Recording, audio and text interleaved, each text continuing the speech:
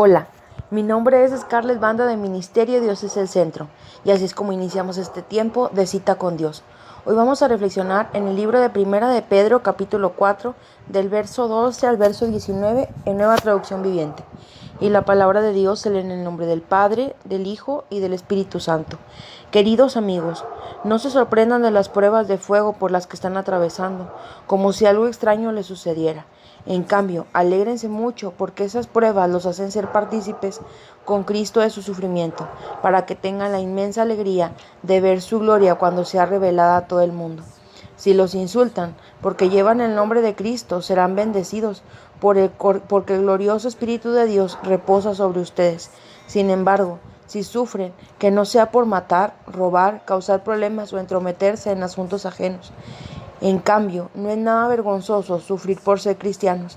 Alaben a Dios por el privilegio de que lo llamen por el nombre de Cristo, pues ha llegado el tiempo del juicio y debe comenzar por la casa de Dios. Y si el juicio comienza por nosotros, qué terrible destino les espera a los que nunca obedecieron la buena noticia de Dios. Además, si los justos a duras penas se salvan, ¿qué será de los pecadores que viven sin Dios?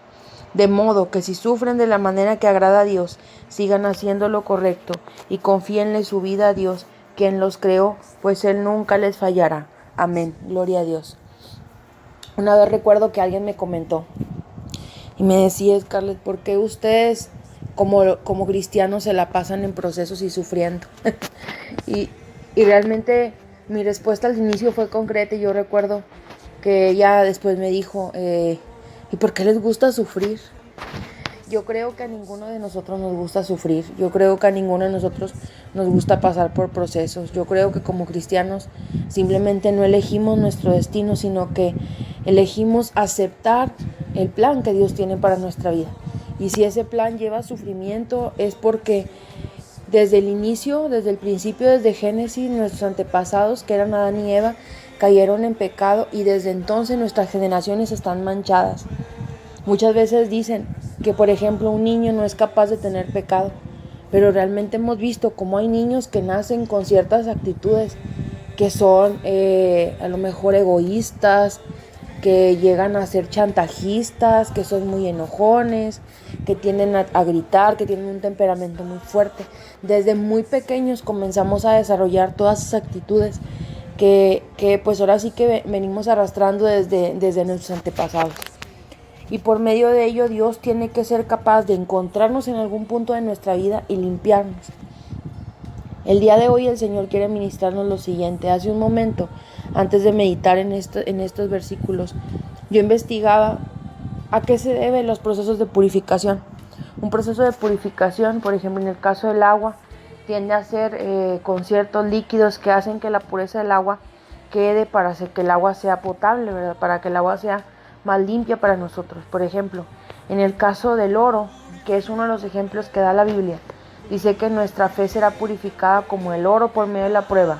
Quiere decir que el proceso del oro es pasado por fundición, para que al echarle unos líquidos, disculpen que no sea muy específica, pero pues no es nuestra área, pero que al ser mezclados esas sustancias, hacen que cuando después de que ya está en su forma líquida, el oro hace que esas cosas, esos metales que no son oro, comiencen a flotar y hacen que ese proceso de pureza se haga el oro 99.98% puro.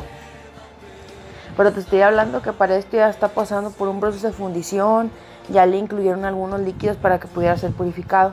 La parte de purificación del barro, si ustedes miran un video de proceso de barro, al momento de estar haciendo la vasija, también tienen que ser muy cuidadosos, que en ciertas áreas, en ciertos procesos, tienen que comenzar a sacar raíces del barro, piedras y todas aquellas cosas que estén impidiendo que el barro tome la forma que el alfarero quiere darle. Y entonces, ¿qué quiere decir esto? Que muchas de las veces nosotros vamos a tener que ser pasados por procesos. Parece como que nos funden, parece como que nos destrozan, como que hacen que algo se quiebre dentro de nosotros, para que realmente comience a flotar toda esa inmundicia que traemos en medio de nuestras vidas.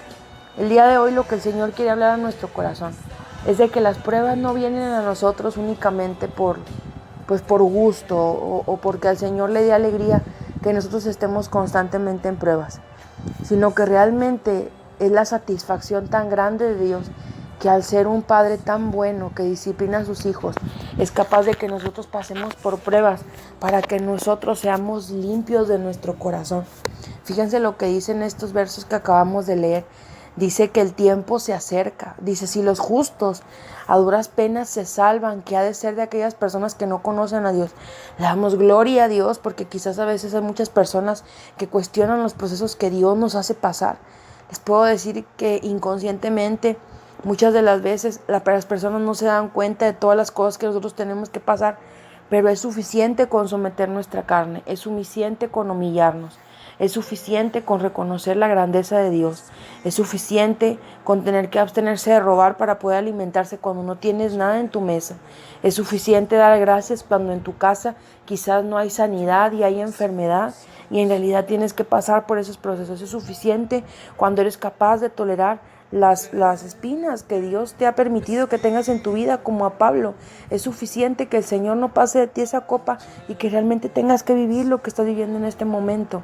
Eso es suficiente para Dios, es suficiente para que Él te moldee conforme a su voluntad y comience a sacar de ti toda esa inmundicia que hay en tu corazón.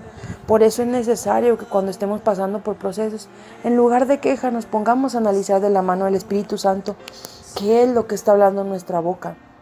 Muchas de las veces en medio de los procesos lo que sale es queja, lo que sale es dolor, que nos hace falta contentamiento, quizás nos hace falta perdón, quizás nos hace falta algo que el Señor nos está mostrando.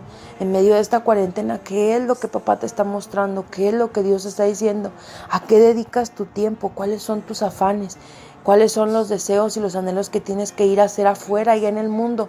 Cuando dentro de tu cuarto de guerra, dentro de ese cuarto de oración, lo tienes todo. Por eso hay muchas personas que ahorita en estos tiempos se encuentran desesperadas. Lo que quieren es salir a la calle, lo que quieren es salir a disfrutar a los bares, a las fiestas, tener reuniones. Lo que quieren es únicamente aprender a distraerse, queriendo llenar esos huecos que hay en su corazón.